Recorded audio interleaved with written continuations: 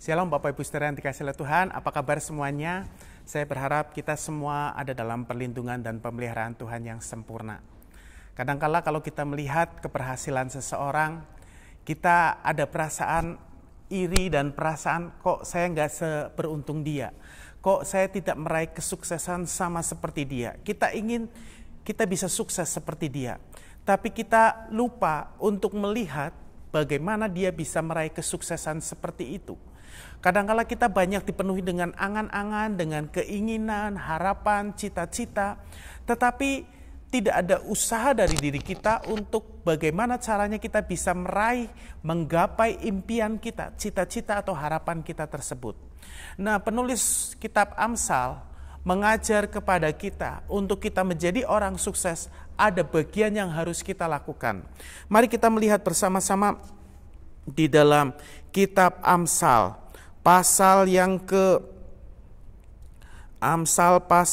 ke-13 ayat yang ke-4. Amsal 13 ayat yang ke-4 dikatakan demikian.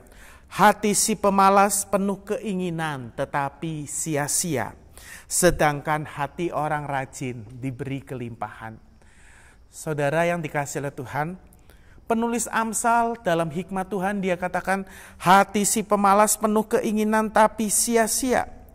Sedangkan hati orang rajin diberi kelimpahan.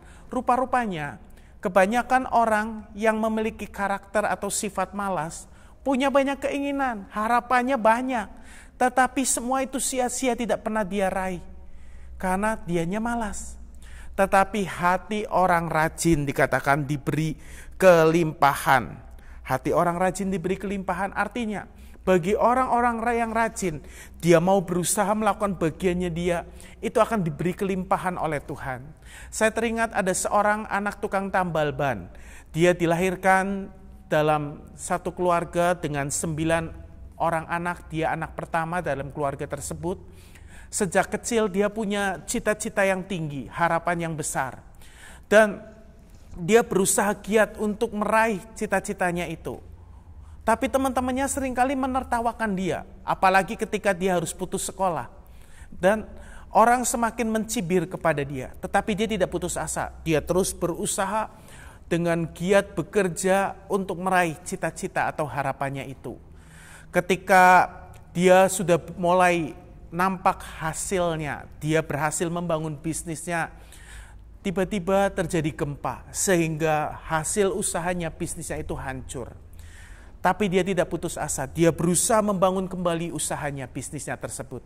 Dan ketika mulai menampakkan hasil, terjadi perang di negerinya. Sehingga itu kemudian hancur juga akibat perang. Dalam keadaan yang putus asa, dia sempat kecewa. Tapi kemudian dia ingat tekadnya, dia ingat mimpinya di waktu kecil dulu. Lalu dia mencoba dari semua sisa-sisa rongsokan yang dia miliki. Dia mencoba memulai satu usaha baru. Dia mencoba menciptakan mesin-mesin bermotor, mesin-mesin kapal bot segala macam. Dan kemudian dari usaha yang dia raih itu, yang dia bangun itu, dia mulai menjadi orang yang sukses. Dia adalah Soichiro Honda, seorang penguasa kerajaan otomotif, dari motor, dari motorboat dan sebagainya. Dia berhasil meraih keberhasilan. Kenapa? Karena dia pegang prinsip, dia mau tekun, dia mau rajin, giat untuk meraih kesuksesannya. Kalau kita ingin menjadi orang yang berhasil, jangan menjadi orang yang malas. Orang malas itu hanya penuh dengan keinginan tetapi tidak pernah berusaha mencapainya. Tapi jadilah orang yang rajin. Karena hati orang rajin diberi kelimpahan. Ada kelimpahan tekad untuk berusaha, untuk giat meraih kesuksesan. Dan Tuhan berikan kelimpahan buat orang yang rajin. Kiranya Tuhan menolong kita menjadi orang-orang yang rajin, tekun dan setia untuk meraih keberhasilan di masa mendatang. Tuhan menolong saudara dan saya semua.